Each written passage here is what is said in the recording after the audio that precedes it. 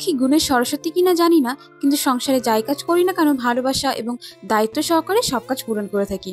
তো নমস্কার বন্ধুরা, আমি দিয়া আমার একটি নতুন ব্লগ ভিডিওতে তোমাদের অনেক অনেক স্বাগত জানাচ্ছি। আশা করি যে যেখান থেকে ভিডিওটি দেখছো সবাই অনেক অনেক ভালো আছো, সুস্থ আছো। আমি অনেক অনেক ভালো আছি এবং সুস্থ আছি। আজকে হলো শনিবার, সপ্তাহে তো একদম শেষ দিন।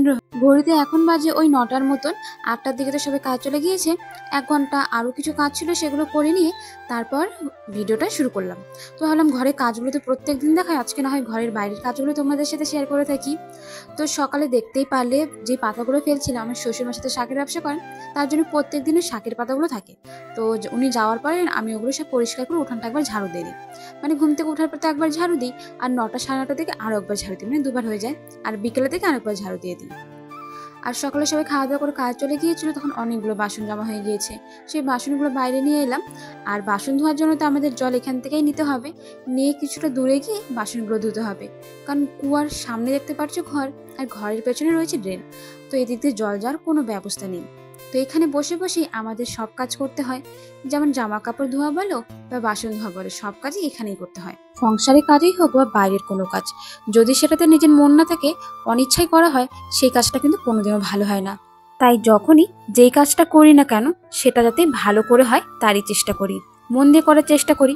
কাজটা হয়তো কোনোভাবে আমার পছন্দ হচ্ছে না, কিন্তু চেষ্টা করি কাজটা যাতে ভালো করে হয়, এবং কাজটা করার শেষে যাতে নিজের মনে হয় না, কাজটা শেষে গিয়ে ভালোই হয়েছে, আমি করতে তো পেরেছি।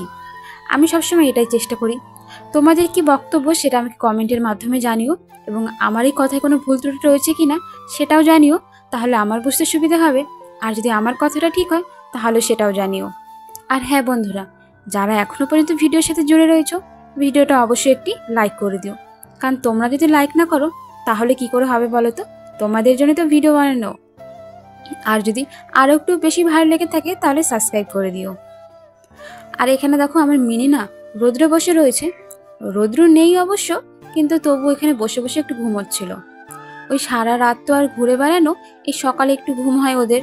রোদ যেহেতু নেই, তার জন্য তো ভেবেছিলাম আজকের কোনো জামা কাপড়ই ধুয়ে দেবো না, কিন্তু বাসি জামা কাপড়গুলো তো ধুয়ে দিতেই হবে। তাই ভাবলাম তার সাথে আমার হাজব্যান্ডের 2-1টা জামা কাপড়ও ধুয়ে দিই। আর পাপোশটা না বেশ কালো কালো মনে হচ্ছিল, তো পাপোশটাও আজকে ধুয়ে দিলাম। আজ না শুকালো, 2-3 দিনের মধ্যে শুকিয়েই যাবে। জামা কাপড় ধোয়া হয়ে গেলে স্নানটাও করে নিব, কারণ স্নান হয়ে গেলে দুপুরে আবার গোপাল সেবার দেওয়া বাকি রয়েছে। তো সকালে তো আমার শাশুড়িমা গোপাল সেবা দিয়ে দেন, কিন্তু দুপুরে গোপাল সেবাটা আমি দিয়ে থাকি।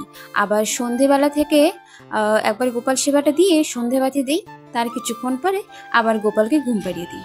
তো এটাই তো আমার সারাদিনের রুটিন।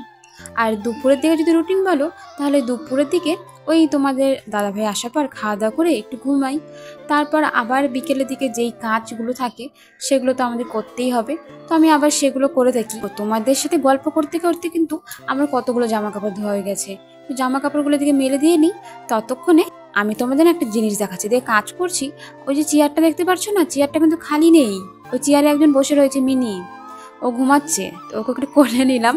তারপর সে তো আবার ঘুমিয়ে গেল, আর আমি আবার নিজের কাজ শুরু করে দিলাম।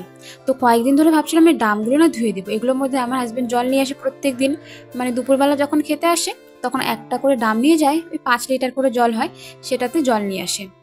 তো ধুয়ে না দেওয়ার কারণে প্লাস্টিকগুলো থেকে কিন্তু গন্ধ করে, এই জন্য চেষ্টা করি কি ভালো করে পরিষ্কার করে রাখার, তাহলে যখন জল নিয়ে আসবে যাতে বাজে গন্ধটা না আসে। তো এখানে ভালো করে পরিষ্কার করে নিচ্ছি। আর আমাদের বাড়ির কুয়োর জলও খাওয়া যায় না, আর সামনে একটা পাকা কুয়ো রয়েছে, সেটার জলও তেমন একটা খাই না, কারণ এখানকার কেউই খায় না, সবাই টাইম কলের জল খায়, নয়তো কেনা জল খায়। তো আমরা তার কেনা জল খাই না, আমরা টাইম কল থেকে জলটা নিয়ে আসি। তো এদিকে তো সব কাজ করে নিয়ে স্নান করেও চলে এলাম গোপাল সেবা দেওয়ার জন্য।